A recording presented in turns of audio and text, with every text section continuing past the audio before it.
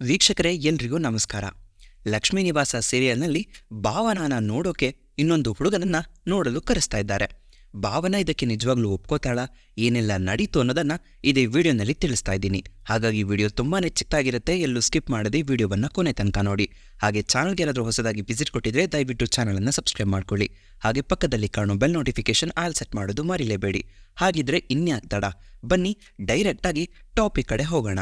ಹೌದು ವೀಕ್ಷಕರೇ, ಲಕ್ಷ್ಮೀ ನಿವಾಸ ಸೀರಿಯಲ್ನಲ್ಲಿ ಒಂದ್ ಕಡೆ ಜಯಂತ್ ಸ್ಮಾರ್ಟ್ ಸಿಟಿ ಮಾಡಬೇಕು ಅಂತ ಹೇಳಿ ವಿಶ್ವನ ಮನೆಗೆ ಬಂದಿದ್ದಾನೆ. ಬಂದು ಚೆನ್ನಾಗಿ ಮಾತಾಡಿ ಊಟ ಕೂಡ ಮಾಡ್ತಾನೆ ಜಯಂತ್ ಅಂತಾನೆ ಹೇಳಬಹುದು.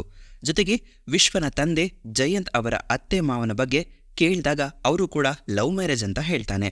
ಹಾಗೆ ಅವರ ಬಗ್ಗೆ ಇಂಟ್ರೊಡ್ಯೂಸ್ ಮಾಡ್ಕೋಬೇಕಾದ್ರೆ, ನನಗೆ ಅಪ್ಪ ಅಮ್ಮ ಇಲ್ಲ, ನಾನು ಅನಾಥನಾಗೆ ಬೆಳೆದೆ, ಆದರೆ ಅನಾಥಾಶ್ರಮದಲ್ಲಿ ನಾನು ಬೆಳೆದಿದ್ದು. ಈಗ ನನಗೆ ಹೋಗ್ತಾ ಹೋಗ್ತಾ ನನ್ನ ಬಿಸ್ನೆಸ್ ನಾನೇ ಕಟ್ಕೊಂಡೆ. ನಂತರ ನಾನು ಈಗ ಈ ರೀತಿಯಾಗಿ ಮದುವೆ ಆದೆ. ಜೊತೆಗೆ ಅವರ ಅತ್ತೆ ಮಾವನ ಬಗ್ಗೆನೂ ಸಹ ಹೇಳ್ತಾನೆ. ಆಗ ಅವ್ರ ಅತ್ತೆ ಮಾವನ ಬಗ್ಗೆ ಹೇಳಿದಾಗ ಅವ್ರದ್ದು ಕೂಡ ಲವ್ ಮ್ಯಾರೇಜ್ ಅಂತ ಕೂಡ ಈತ ಹೇಳ್ತಾನೆ. ಆಗ ವಿಶ್ವನ ತಂದೆಗೆ ಸಖತ್ ಕೋಪ ಅನ್ನೋದು ಬರುತ್ತೆ.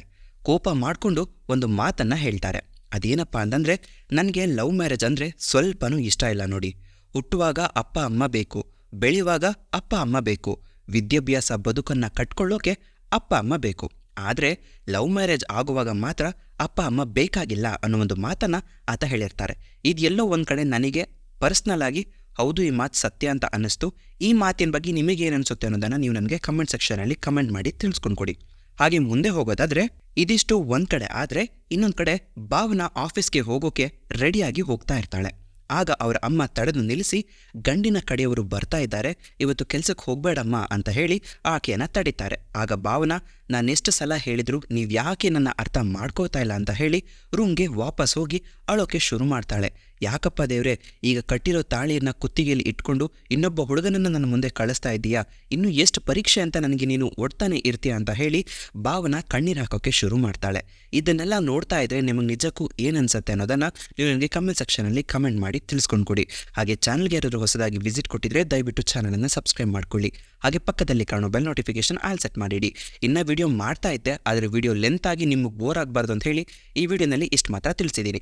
ಮತ್ತೆ ಮುಂದೆ ಏನಾಯಿತು ಅನ್ನೋದನ್ನು ಅತಿ ಶೀಘ್ರದಲ್ಲೇ ವಿಡಿಯೋ ಮಾಡಿ ತಿಳಿಸ್ತೀನಿ. ಹಾಗಾಗಿ ನಮ್ಮ ಚಾನಲ್ನ ಸಬ್ಸ್ಕ್ರೈಬ್ ಮಾಡಿಕೊಂಡು ಕಾಯ್ತಾ ಇರಿ. ಮತ್ತೆ ನಾನು ಮುಂದಿನ ವಿಡಿಯೋಗಳಲ್ಲಿ ಸಿಗ್ತೀನಿ. ಅಲ್ಲಿವರೆಗೂ ಈ ನಿಮ್ಮ ಸುಂದರ ಚರಿತ್ರೆ ಯೂಟ್ಯೂಬ್ ಚಾನಲ್ನ ನೋಡ್ತಾ ಇರಿ. ಸದಾ ಯಾವಾಗಲೂ ನಗ್ತಾ ಇರಿ ವೀಕ್ಷಕರೇ.